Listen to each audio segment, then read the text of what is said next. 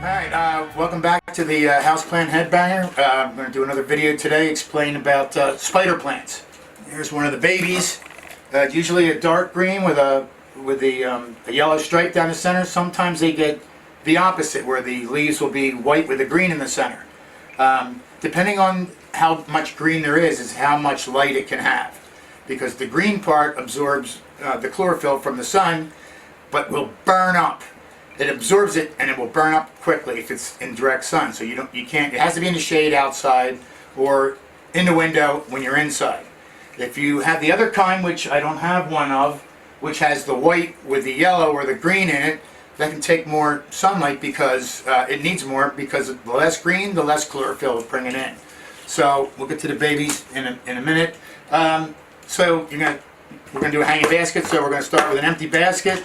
And like I explained before, if you have compost sitting around, ashes or eggshells, and your lettuce left over, the white part that sucks. Or if you have Brussels sprouts, take them right out of the freezer and throw them in there. It's disgusting. And don't ask me about Brussels sprouts. I hate them. And I hate horseradish. If I'm 600 yards away, I can smell cocktail sauce, and it's a nightmare. It's kind of like the 80s, where like I can still smell Aquanet. There was just so much in the air. That company made a fortune. Of course, they're responsible for the ozone layer, not the rest of us. That goes right to Aquanet. So you have your compost in, and then you're going to have you take your compost and your compost dirt, and that goes in the bottom, because that's where the roots are going to use up all the minerals and stuff in that top portion, and they're going to go down here and they're going to catch all these brand new things. It means you have to feed it less. But in the summer and stuff, you want to feed every third time you water. If you have the compost dirt in and the compost, then what I do is go to a pot I have sitting outside or something I've taken everything out of, and I'll take some scoops out of that and throw that in there. So it's kind of like no good dirt. But if you haven't mixed it with everything else, by taking dirt out of another pot and putting it in here, now I'm making room for good dirt to go into that pot for whatever I'm going to plant. So then, you're at this point, and so now you're at the point where you want to put in some new potting soil or whatever. It's what the roots will take the minerals and stuff out of first, and you don't fill it all the way, because you're going to want to add what you're going to put in there. So when you have something like this, this is a baby that's probably 6 months old or whatever. This is all you need to put in your hanging basket. If you're doing it with something that's already been established, that's all you need to do. And I'm going to do this over top of this. And when you have a pot full of dirt, put a plant in there, then all of a sudden, when you go to replant it and there's no dirt, it's like, the plant absorbed it, it ate it. You go, how did it eat it, Well, if you put a fly in a Venus flytrap, it eats it. And you'll see these tubers that when you don't water, these things start dying. This is trying to keep the plant alive, but mostly they're to hold the water in so that they don't die while they're sending out kids. So knowing that this is the big pot I'm using, I'm going to have to use less soil. Screw it. I'm going to switch pots. So you want to make sure that when you plant it, it's below the lip of the pot. If it's above it, it's not going to get enough water. So now that we're below it, just like that, then you take your good potting soil and put some in, go all the way around. Anyway, so you get it all in there, and then you pack it down. And then the next layer is all nice and loose. You want to make sure it's all loose, so that when you go to water it, it's not going to run off. It's not going to get hard when it dries a little bit, and it absorbs the water. It goes right on in there, and it won't run over the side of the pot because it's going right through. If you pack it, the water's going to just sit on top and then run over the side. All right, so you have that. Then you put your sides on there to hang it. Once you have this pot and everything, you put everything together. Inside, you can try to have it where if you have lights up. It's like that. It can kind of sit away from the window and stuff, but you got to keep feeding it and stuff. And sometimes it won't get babies while it's in the house, and then you put it outside, and all of a sudden everything, when it's warm, works out good. But outside, you can't put it in direct sun. So there you go there. I'll be back in a minute, and we'll go with a process of how it looks after a certain period of time if you're taking care of it and what it's supposed to look like. Okay, so see, when we get to this point here, you have it hanging up. Like I said, this plant's an older plant. It wasn't like what I would normally do, which is, I'll just do it real quick, is take a baby off one of them. And these are all about the same, which is amazing because usually there's some bigger ones. So if there isn't any bigger ones, so I'm just going to take this one for instance and chop it off. So you can't really see it, but there's little tiny roots there on the bottom. And what I do is I'll put two together. If you have them like this one is, you know, you don't need anything but that one. In fact, that's just taking up space. If you have anything hanging off the side, boom. There's the stem coming in. You get rid of the lower stuff because it'll rot the plant. Had nothing to do with these roots. Here's the roots. So right into a pot you would go, and then you look at it and you go, oh wow, it's going to be like forever till it does anything. Well, no, it's pretty good.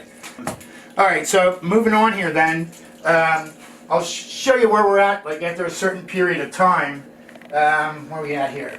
So after I plant them up in the spring, and I'm planting them up in here like February or March, and then come the middle of May, I will move them outside then, but they have to be under shading. I have 50% shading. It's a little much. You could use 40%. That's made of plastic too, but you can get it different things. It depends on the amount of threads going across and everything. 40%'s enough. So this is after it's been in the house for a couple of months and stuff. Then I'm going to move it outside. It might have a baby. It usually doesn't have any babies, but it's now filled out the pot. If you put 5 plants in there, you're not going to have a great plant. They're going to be fighting after 3 months for the dirt in this thing. They're going to be fighting for the food, they're going to be fighting for space, and they're going to be fighting each other. And it's just, you know, then everything's growing together and it's a big mess, and then the babies are a mess, and then you have to take everything apart, and all those bulb type things are all locked in, and it's just a mess. You just put one big one in the middle, which is this one. And this here was a real tiny one, so even that one grew really fast. So it shouldn't have any babies when you put it out there, let's say May 20th. This would be like June 1st. Alright? So moving on to about July 1st, now it's starting to look like this. So now it starts shooting babies out, and if it happens to shoot them out, a bunch of them on one side, then you got to be real careful. But if you take, I'll snap that one off. I got to be real careful. Oh, what an idiot. Okay, so if there's nothing on this side, then you just got to be real careful and stuff, and try to work it in between the leaves and get it to the point where now it's hanging out this side. It might not be hanging down as far as these guys, but eventually it'll catch up. And so that way you don't have 10 on this side and 4 here. You can just mix and move. So this is around July, second week of July or whatever. That's how it looks. And then we'll just say about, we're about at September 1st. And this is the 12-inch pot. Now it's looking like this. Look at all the kids on there. This is the thing about the stuff I grow. I don't have to buy plants. I don't go out and buy plants and waste all that money. I grow what I can propagate, and what I can propagate easily. I don't mess with violets, and I love orchids, but I can't do them. I'm just learning how to do air plants now. So, and air plants do not live off of air. Really? Yeah. That sounds like something Marjorie Taylor Greene would say. And one of her conspiracy theories. But now you have all these babies and stuff. If you bring it in, then this thing is really hurting. I mean, it's in a 12-inch pot. It's not real super heavy, but the bulbs are full of water and stuff because I'm taking care of it. But that's what's keeping it alive, the plant food I put in there. There's nothing left in the dirt. It's feeding all these babies. Now this thing wants everything, but there's just no room for it and stuff. So what you're going to end up doing is cutting all these off. So you bring it in the house, let's just say it's October, it's starting to get cold, and they get wrapped up in each other really easy. So the best thing to do is to try to trace one of them down and let's let it go.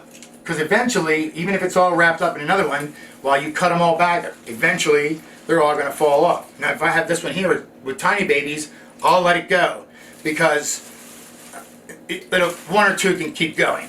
A lot of these are really small, but we'll talk about propagation where you don't want to go right into the dirt with it if you don't have to, although it won't hurt. These things all have little tiny roots on them, so they can start in dirt. But if you put them in water, a bunch of them or whatever, that won't hurt either until you can get dirt or a pot to do it in. There's 6 here. On this side, there's 5. There's a couple of scraggly ones, and there's at least 7 there. So that's how you distribute them up. And so now I have all these that fell out. Alright, so, and also if you notice on here, it looks rusty. It is. Because it has the 4 things, but that's 20 pounds. This would have snapped and fell off. So I took the landscape wire and went around each one and then wrapped it up here, and it's sturdy as hell. Alright, so I'm going to get this back here. So, yeah, just hang in there, I'll be right there. Okay, so now you have all these kids. Do you need them all? No. This is enough to fill a greenhouse, for Christ's sake. So, I know I'm not going to be able to keep them all, and I wouldn't want to anyway. Oh, is this in the way? Mm-hmm. Yeah, you can talk. Mm-hmm. I'm not into, I'm talking, you shut up thing. If you have a good joke, just tell it. Alright, so now you have all these kids. Like I said, it's got so many that it's shot out that none of them are actually growing super fast because it'll just kill the plant. I mean, look at all the kids. This is an example of good kids. So I try to take the biggest ones, and sometimes they're like an inch apart. And so I'll take that. That's a nice looking plant. Some of them I'll put them in a 4-inch pot, or I'll start them off in a 2-inch pot. Alright, that's it for this one. We'll see you shortly. Peace.